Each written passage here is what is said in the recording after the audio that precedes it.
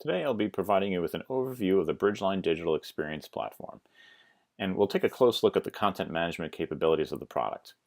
So let's get started.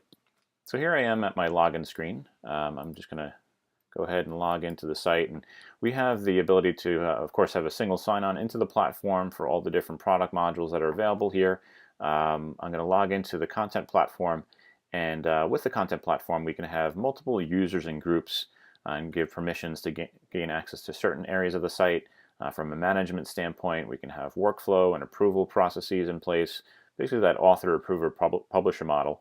I'm going to log in here as an overall content administrator that can basically make changes and directly publish that content out on the site. So I'll go ahead and log in. And when I first log in, I'm brought to the dashboard interface of the content platform. And you can see across the top here, we can navigate from one product to the other. I can quickly jump from managing content on my website to jumping into the marketing module for setting up maybe automation flows or email campaigns.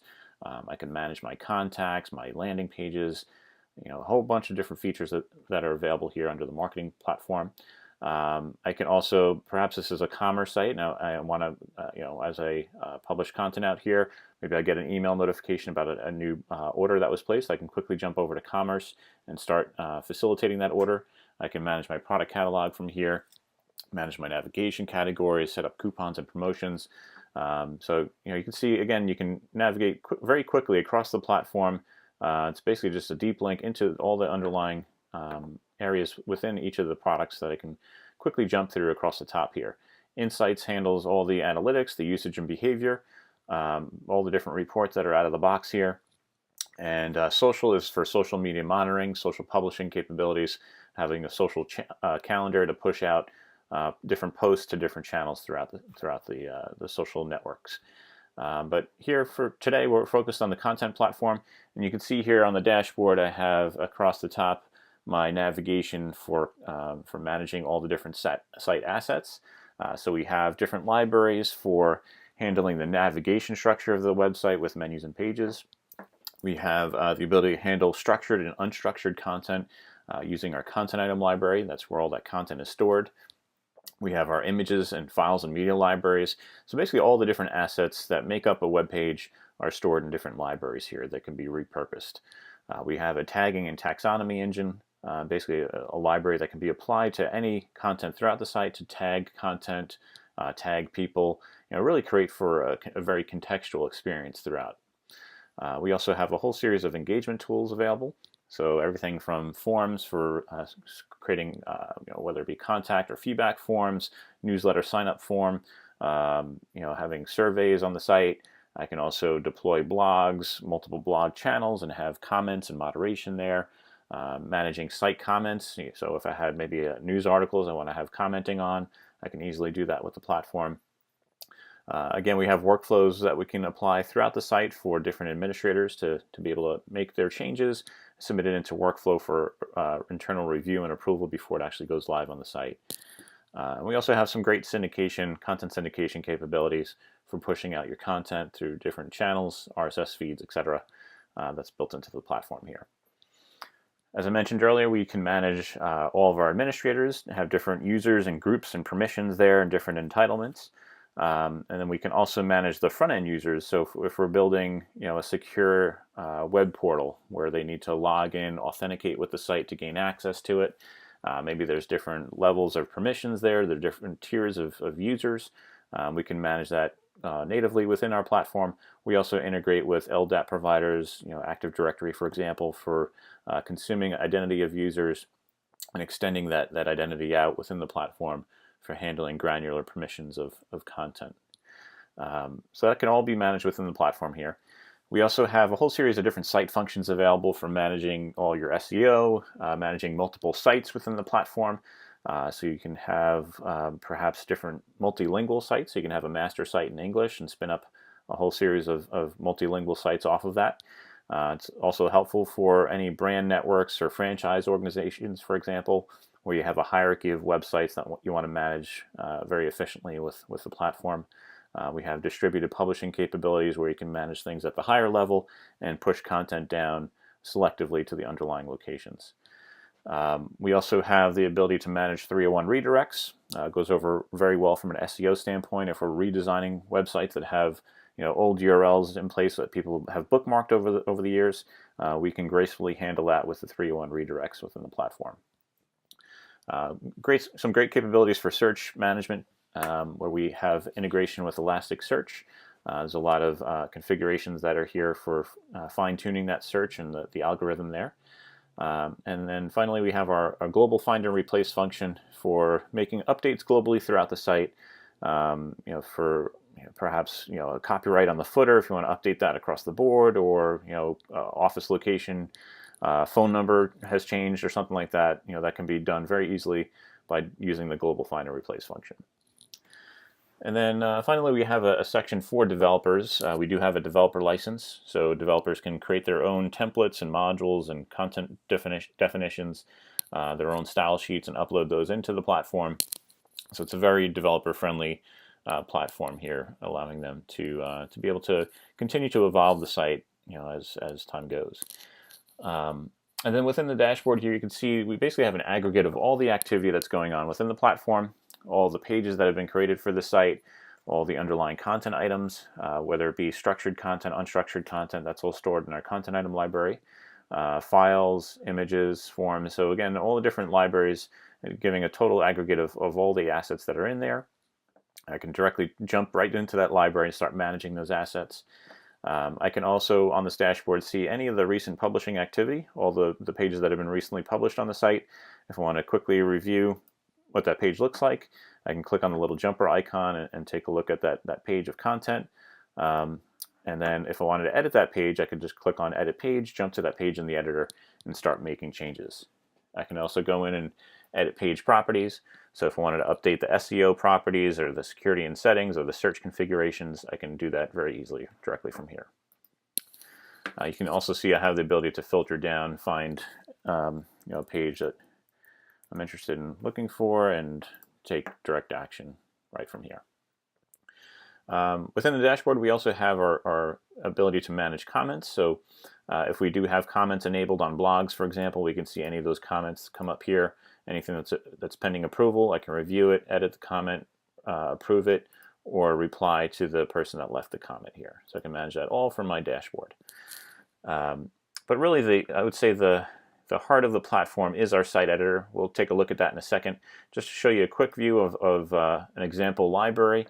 All the libraries are managed in a very similar way, where we have our hierarchy in the left-hand side, where I can go in and create a whole folder structure of different directories. And basically from there, I can go ahead and take action. I can upload multiple assets into that folder. In this case, I'm looking at images here. For any images that have been uploaded, you can see what the image looks like. I can go ahead and edit the image. I can edit the properties of the image. Again, we have our tagging taxonomy engine, so I can apply tags to that image asset, right? I can also go ahead and, if I wanted to go and edit the actual image itself, we have image editing capabilities for, the standard image editing of crop, resize, rotate are built into the platform here. All right, so from this view here, I can crop the image down, I can resize, rotate it, etc. But again, the heart of the platform is the site editor. So I'll take a look at the homepage, for example. I'll navigate right to the web experience. And this allows me to basically navigate the site as if I was a front-end user, and I can navigate and find the appropriate page of content that I'm interested in editing. All right, so for example, if I navigate to the life insurance page, I'm brought to that page here. You can see that we have a couple different differences from the front-end experience. We have this little tab strip at the top where we can take action. We also have these little pencil icons. As I hover over, I have these green borders. That lets me know that that's an editable piece of content, right? And again, we have two different concepts when it comes to actual content here. There's the structured content, or what we call content definitions, where it's a number of different data elements that make up that piece of content. So here I can make some changes to this content if I wanted to, right? And make some updates there. I can change the positioning of it, all the different settings around this content item. So I can go ahead and save that out. I've made some adjustments there. And then I can also go in and edit just freeform content or unstructured content in this case. So I can edit this text, and I'm brought to a WYSIWYG editor where I can essentially format the text however I see fit. So maybe I want to change the color here, change the size of this text perhaps to a larger size. We have all different formatting capabilities, very similar to Microsoft Word. All the alignment capabilities are available here. If I want to insert an image from our library, I can do that directly from here and browse for the appropriate image to insert into the page. And very easy to do here. Insert the image. I can then, if I want to crop it down or resize it, I can do that directly in the page here. We have some nice linking capabilities if I want to link content to anything else. So I can just select the asset that I want to link to, and I can link to a URL, a particular page, a file in the file library, image in the image library, commerce product, etc. All the different settings for creating links throughout the site. Once I'm done with my content changes, real quick, we can see we have spell check capabilities, find and replace, all, again, great formatting capabilities within the actual WYSIWYG editor here. I'm just going to cancel out of this here and just show you real quick. At the top, we have different page actions where we can take action. Once we're done editing that page of content, we can decide to whether or not we want to directly publish it out.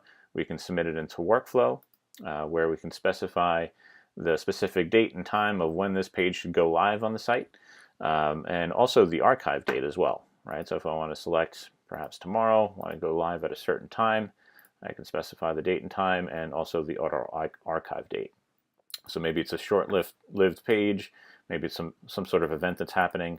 I can specify when this page gets pulled off the website, all right? And I can go ahead and submit that into the workflow. I do see publish here. Since I'm a content administrator, I can directly publish content on the site as well. All right. And then finally, just the page properties. Those are available from here that we saw earlier. All the SEO settings, the security settings, that's all available from here. We also have, for every change that's made throughout the site, we have a full page history, keeps track of all the versions throughout the site, all the changes that have been made over time.